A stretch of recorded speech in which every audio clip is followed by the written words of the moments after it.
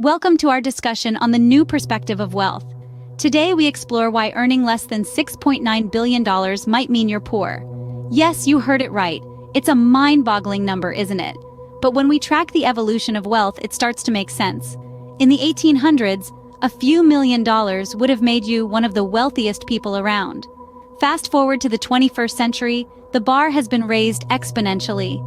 Billions have become the new benchmark for true financial wealth, a sum that ensures you're recession-proof.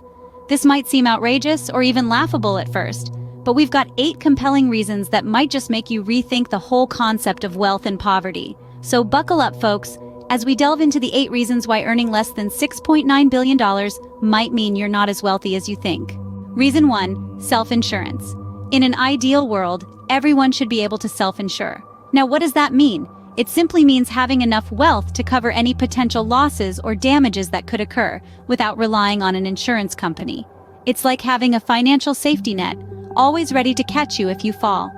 For instance, if your car breaks down, you'd have the means to repair or replace it without batting an eye. If your home is damaged by a natural disaster, you wouldn't have to fret about the cost of repairs. Have you noticed how many insurance companies have failed over the past century? And why have they failed? They've underestimated financial needs and actual financial costs. Everyone needs to be self-insured. This level of financial security can reduce the demand on insurance companies and ensure that you're always prepared for life's unexpected turns. It's a hallmark of true wealth, a sign that you've transcended the realm of mere financial stability and entered the territory of genuine affluence. So, if you can't self-insure, are you really that rich? Reason 2. The ability to replace your home instantly. Imagine this. A tornado has just ripped through your neighborhood, leaving nothing but devastation in its path. Your home, your sanctuary, is now a pile of rubble. What do? If you're part of the less than $6.9 billion club, you're probably scrambling to figure out your next step. But if you're truly wealthy, you simply move into your second home. That's right, not just a holiday home, but a fully furnished, ready-to-move-in second residence. Located on 3 to 5 acres of your own land for peace and quiet and needed privacy, complete with all the comforts of your main home, appliances, decor, even the food in the pantry and clothes in the closet. It can also include building a cement mansion and having all renewable energy sources. Look at how many billionaires already have an extra home to move into. So do the mega multimillionaires. The ability to move at any time for any reason and be able to easily afford it is a major advantage. Even the ability to quickly build your own custom mansion where you want is essential. These things are not luxuries, they're absolute necessities. It's not just about luxury, it's about security. The ability to maintain your lifestyle, even in the face of disaster. That's the power of wealth. Being wealthy means being able to maintain your lifestyle, even when disaster strikes. Estimated costs, $800 million. Reasons 3 and 4, having a variety of ground and air transportation at your disposal.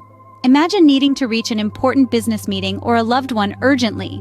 The luxury of having different types of vehicles ready to serve your needs is a game changer. We're not just talking about luxury cars here, but 18-wheelers, RVs, and even personal charter buses. That's the kind of access that $12 million can buy you, especially if you need to move important supplies to a needed residence or building such as emergency supplies and rebuilding supplies. Now let's take it to the skies. True wealth transcends the limitations of land. A helicopter for quick city hops, private jets for cross-country or international travel, and large cargo planes for transporting goods, all at your disposal. This kind of air power doesn't come cheap, with an estimated cost of around $69 million. But if you want to own and not just rent a cargo plane, that can cost you upwards of $419 million. True wealth allows for mobility and flexibility in all aspects of life. Reasons 5 and 6, having enough money for unexpected needs and personal requirements. Let's think about it. Life is unpredictable and can throw us curveballs. A sudden medical emergency or a loved one in distress can require substantial funds. To truly be wealthy, one should have enough set aside, say around $315 million, to meet such unexpected needs for a loved one without breaking a sweat. Now, on to personal needs. In a world where burnout is real, taking a year-long sabbatical every 7 years isn't a luxury, it's a necessity. Add to that the need to buy food if home crops aren't as abundant, or replenishing emergency supplies after any unexpected use. For all these, another cool $50 million should do the trick. That's around $365 million to have ready for you and your loved ones. To put that in a clearer perspective, that's at least $1 million a day. Keep in mind that any time that any category of emergency people preparedness that's used needs to be replenished as soon as possible. So, when we talk about wealth, it's not just about the dollars in your bank, it's about financial security and peace of mind. Wealth means never having to worry about unexpected expenses. Finally, reasons 7 and 8, having enough money for taxes and donations. The 7th reason is quite straightforward: taxes. Let's face it, taxes are inevitable. Regardless of how much we earn, the taxman always gets his share. This is where the real income divide becomes apparent. For those earning less than $6.9 billion, the tax bill can be a significant drain on resources. Think of it this way. With an income of $6.9 billion, even a tax bill close to $2 to $3 billion won't make a significant dent in your wealth.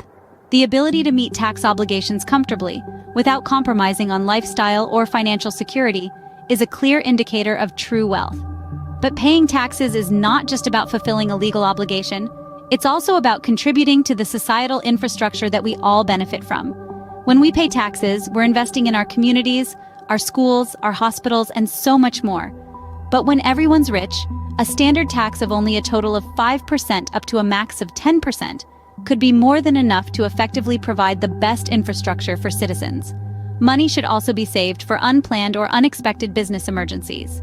Estimated costs: $1.50 billion. Moving on to the 8th reason, charitable donations. True wealth is not just about accumulating money for oneself, it's also about having the capacity to give back to society. The truly wealthy can afford to make substantial donations to charitable causes without negatively affecting their financial standing. This isn't just about writing big checks for charity galas. It's about making a real difference in the lives of others, supporting causes that matter, and investing in a better future for all. Money for donating to charities and for expanding business, growing personal wealth, and investing in other business opportunities, especially to invest in the poor to help them earn their own wealth by working only part-time. Estimated costs: $1.20 billion or more. Investing in other business opportunities is good, especially to invest in the poor to help them earn their own wealth by working only part-time. Remember also, when donating to charities, a proper tithing is to donate surplus instead of donating in ways that are unaffordable. When donations come from surplus, especially when everyone's rich, then the surplus donated is easily 100 times or literally even 1,000 times greater than what can be gathered from the poor. Consider an income of $6.9 billion.